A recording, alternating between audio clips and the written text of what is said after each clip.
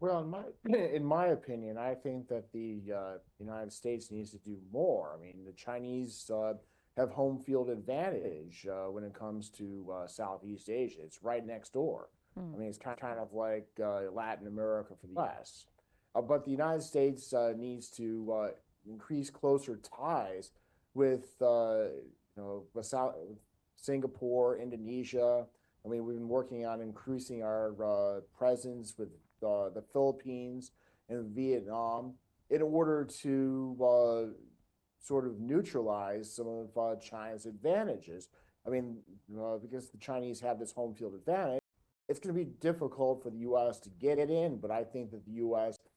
should provide more incentives to these nations in Southeast Asia Hmm. to support us. Hmm. Okay.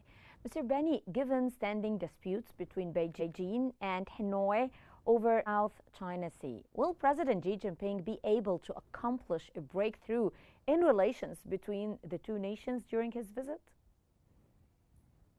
I would say they okay because it is still too early to say, but I would say that Beijing is more could offer more beneficiaries for the Hanoi and other than those economic partnerships for the for example like for investment for building more infrastructure, Hmm. especially the disputes in the South China Sea, especially because it is about the drilling the oil and the gas in the past,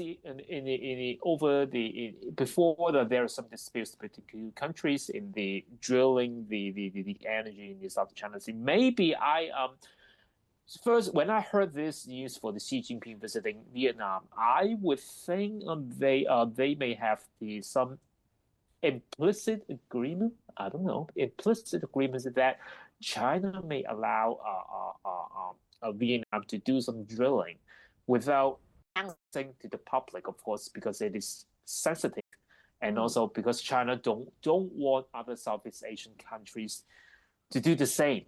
But Hanoi, because Vietnam is much more, I would say, strategically more important to China. To China. I mean, Hmm.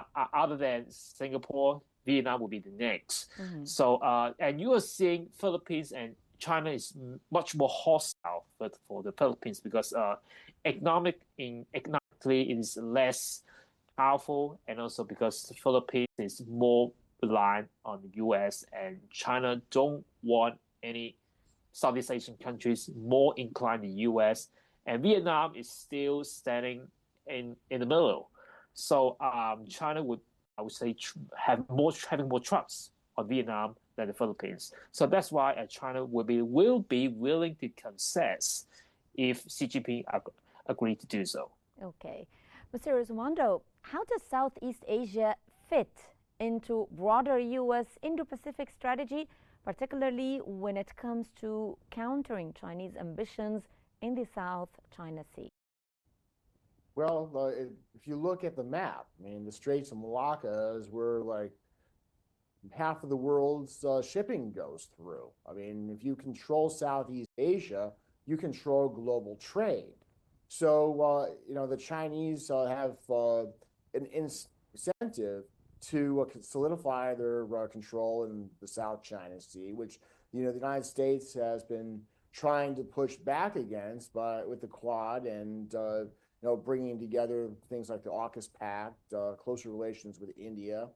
And the United States can't afford to allow Southeast Asia to slip into the Chinese orbit. Okay.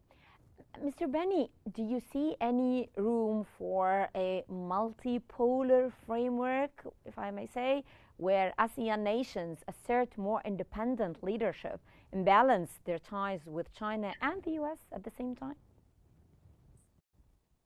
Um, Currently, I would say more independent. If you say more independent, their stance on the so-called the South China Sea disputes, I would say they're resisting the pressure from the United States to stand against China. I would say it is already due is what they can do at the extreme because they are really afraid of the revenge from China because China controls the capital and the investments. But they also have to settle the request of the United States. So they try to. You were seeing the ASEAN always has a relatively ambiguous statement on that is they try not to confront with China and United States as well, but they also for each country's ASEAN rather than having their unified stance.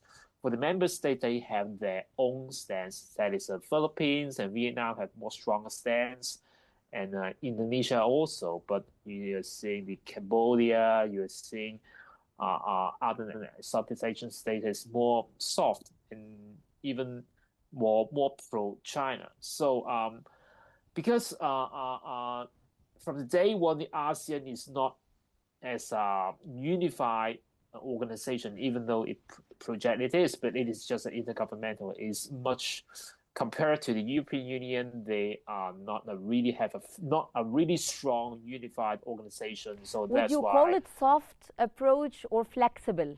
How do you see it?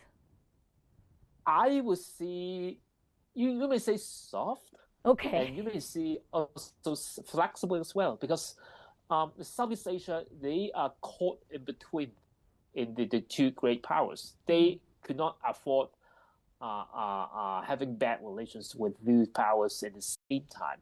So they have their limitations. So I would agree they are doing their best. Okay.